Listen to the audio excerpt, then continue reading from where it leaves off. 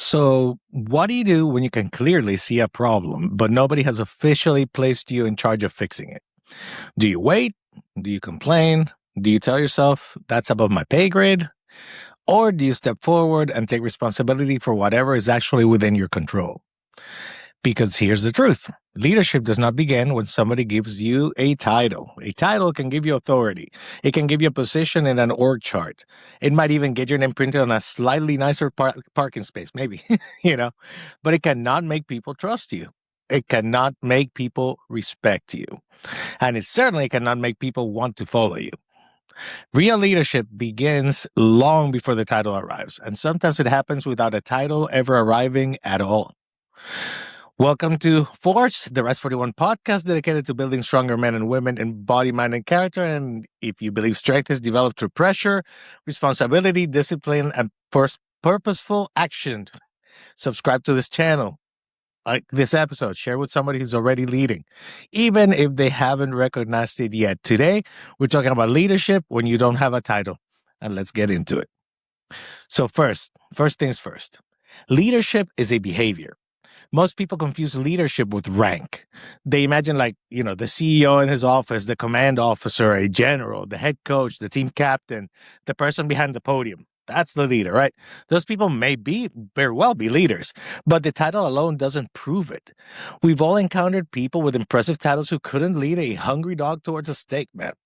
And we've also known people with no official authority who somehow made everyone around them better. When something went wrong, people looked towards them. When tension rose, they remained steady. When others were confused, they created clarity. When work needed to be done, they moved without waiting to be chased. That is leadership. Leadership is not a noun printed on a business card. It's a pattern of behavior. It is accepting responsibility before you receive recognition. It's being willing to influence the outcome without needing to control everyone involved. You don't need permission to be dependable.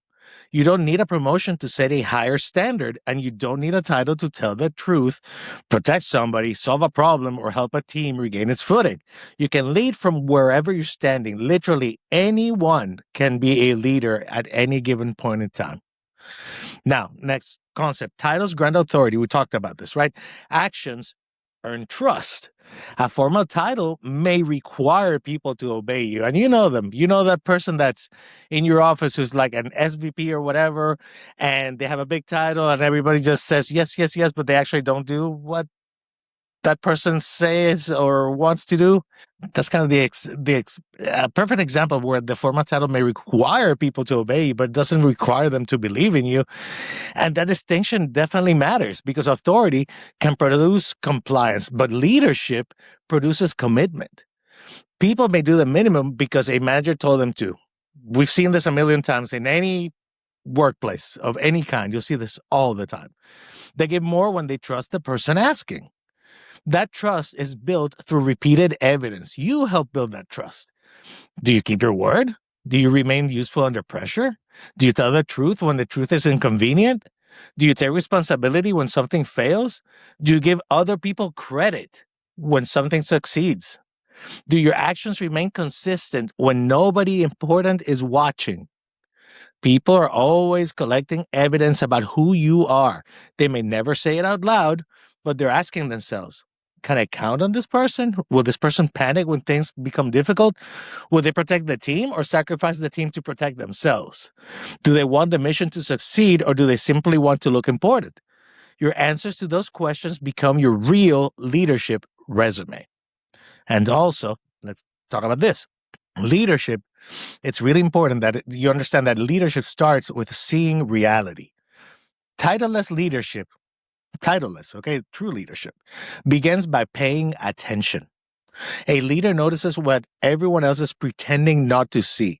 That deadline is slipping. The new employee's lost. The family's avoiding a difficult conversation. The training partner is becoming reckless. The team's morale is collapsing. The plan isn't working. Many people can see these things, but they remain silent because speaking creates responsibility. Once you acknowledge the problem, you may have to do something about it. That's precisely why leaders face reality early. They don't manufacture drama, but they don't hide from uncomfortable facts either. They ask, what is actually happening? what needs to happen next, what part of this can I influence, and then they act on the answer. Leadership without a title doesn't mean taking over everything. That's not it. It means refusing to use your lack of authority as an excuse for passivity. Remember, next thing to keep in mind, man, just move first. One of the most powerful leadership behaviors is simply being willing to move first. Be the first person to begin that difficult task. Be the first to admit a mistake. Be the first to have the uncomfortable conversation or to broach the uncomfortable subject. Be the first to calm things down. Be the first to help someone who's struggling. Be the first to say, guys, this isn't working. Let's find a better approach. Most groups do not initially suffer from a lack of ability. They suffer from hesitation. Everyone's looking around, waiting to see who's going to take that first step. It's like like at a dance, like at a school dance when you were a little kid. Who's going to be first on the floor? That step, whoever gets on the dance floor first, that step creates momentum. This doesn't mean charging blindly into every situation like a motivational speaker who just discovered caffeine, okay? That's not what we want to do. Initiative without judgment can create more problems than it solves. Moving first means taking the first responsible action, not merely the loudest one. Sometimes that action is speaking. Sometimes it's listening. Sometimes it's gathering more information. Sometimes it's doing the unglamorous job everyone else is avoiding. The leader asks, what does the situation require? Rather than, what will make me look like the leader? Now, another thing you want to do, you want to create stability under pressure. You can identify leaders by what happens to the emotional temperature of a room when they enter it. Some people bring chaos. They just do. Some people just amplify fear. They walk into a room and you're like, oh no, some spread blame faster than a stomach virus on a cruise ship, which is fast. I've seen it. Okay. But strong leaders create stability. They don't pretend everything is fine. They simply refuse to make a difficult situation worse through panic, ego, or uncontrolled emotion. Calm is contagious, but so is fear. When you remain composed, you give the people around you room to think. That doesn't mean becoming emotionless, okay? It means managing your emotions well enough that they don't take command of the situation. Lower your voice. Slow down. Separate facts from assumptions. Identify the immediate priority. Give people something useful to do. In an emergency, a crisis, or even a heated family argument, the person who can stay grounded often becomes the leader, regardless of rank. People naturally turn towards stability. Next, take ownership without taking over. This is where informal leadership can go wrong. Leadership without a title does not mean appointing yourself dictator of the break room, okay? That's not it. You must understand the difference between ownership and control. Ownership says, I will do everything reasonably within my power to improve this outcome. Control says, everyone must do everything my way. You can see the difference, right? A titleless leader respects the roles and responsibilities of other people. They don't undermine the official leader merely to prove that they're smarter. That's not what you do. If you have information, you share it respectfully. If you have a solution, you offer it clearly. If the final decision belongs to someone else, recognize that reality. You can disagree without becoming disloyal. You can challenge an idea without attacking the person responsible for it. And once a reasonable decision has been made, you can support the mission even if your personal suggestion wasn't selected.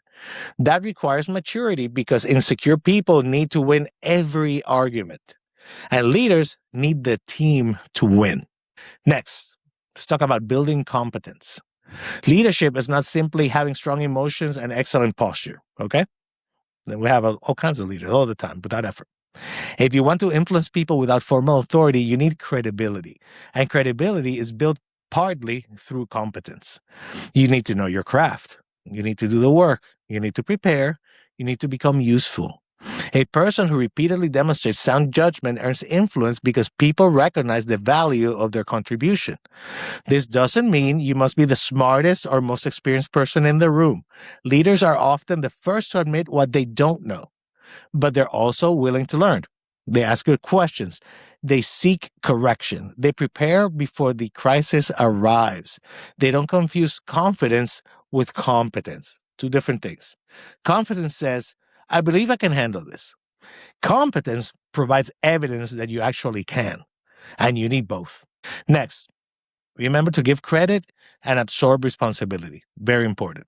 One of the clear signs of leadership is how someone distributes credit and blame. Weak leaders collect credit and distribute blame. Strong leaders reverse that flow. They recognize other people's contributions publicly. They correct mistakes privately when possible. They say we when describing success and I when acknowledging their own failures. This doesn't mean accepting responsibility for things you genuinely didn't do. Leadership is not performative martyrdom. And we know some people who are into that, oh, woe is I, in order to become a martyr. That's not what leadership is, okay? That's a different conversation. It means refusing to throw other people under the bus, though, simply to preserve your image.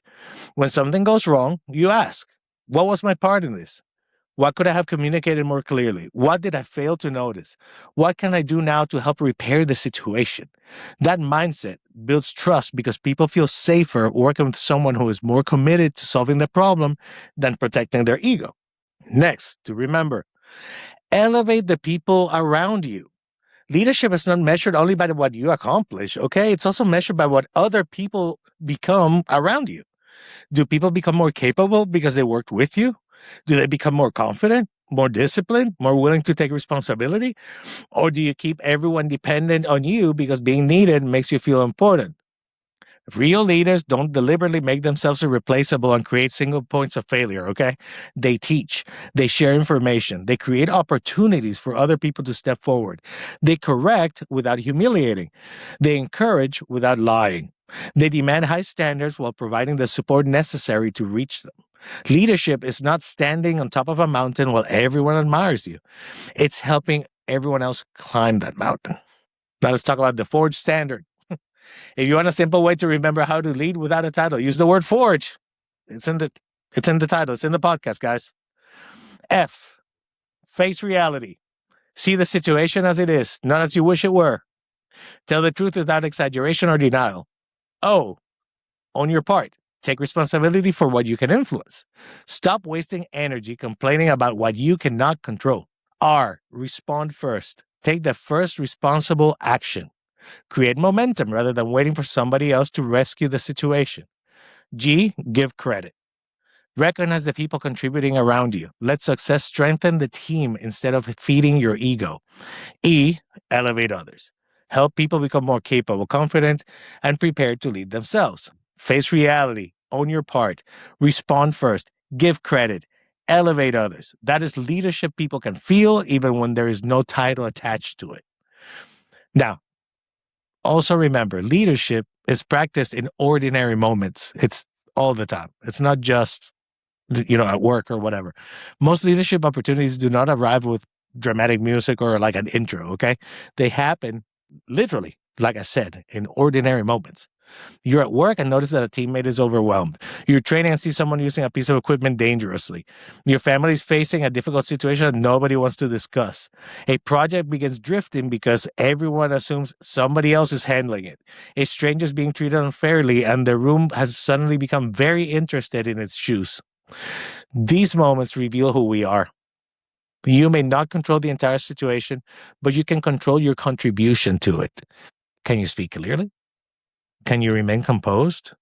Can you help without making the moment about yourself? Can you act even when there's no applause waiting? That's the challenge. Everybody wants to imagine themselves leading during the defining moment, but we become capable of leading in defining moments by practicing leadership in smaller ones. Responsibility is a muscle. Use it and it grows. Avoid it and it weakens. And when the title finally comes, if you consistently lead without a title, you may eventually receive one. But the title should recognize the leader you have already become, not magically transform you into one. If you need authority before you can take responsibility, you're not ready for authority. If you need recognition before you serve, you're not ready to lead. If you need everyone to agree with you and act with integrity, you're not ready for pressure. Okay? I'm sorry, I should make that very clear. If you need everyone to agree with you before you can act with integrity, you're not ready for pressure. The position may increase your influence, but it will also expose your character. Power does not automatically corrupt everyone. Very often, it simply reveals them. So build the habits now. Learn to serve now. Practice courage now. Develop competence now. Become trustworthy now. Then, if the title arrives, you will be ready to carry its weight. And if it never arrives, your leadership still matters. And your family needs it. Your workplace is going to need it. Your community needs it. The people watching your example need it. You do not need to be the most powerful person in the room. You need to be someone who makes the room stronger. So in closing, that's a few points, just overview closing. Leadership is not something you announce. It's something other people experience through your actions. It is the standard you maintain, the responsibility you accept, the truth you're willing to speak, the calm you bring into chaos, the courage to move first, and the effort you make to elevate the people around you. A title may tell people where you sit in the org, right? Your character tells them whether you're worth following, though. So this week, don't wait for permission to lead. Find one situation where people are hesitating, avoiding responsibility, or waiting for direction. Face reality, own your part, and take the first responsible action. You may be surprised at how quickly other people begin moving with you. If this episode gave you something useful, subscribe to the Force channel, like the episode, share it with someone who leads through their actions instead of their job title. They might find themselves reflected in this. They may have great thoughts about this. And let me know in the comments, who's the best leader you've ever known who didn't have an official leadership position? Tell me about you in your life. What have you met? Who have you met? What made people trust them? Until next time, keep building strength in body, mind, and character. Pressure will come. Make sure it finds you forged. Thank you.